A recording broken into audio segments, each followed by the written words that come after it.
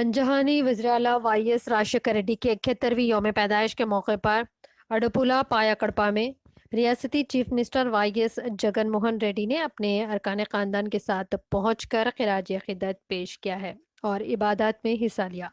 इस मौके पर कई वज़रा और अहम शख्सियात ने भी अनजहानी वाई.एस. रेड्डी की समाधि पर हाज़िरी दी।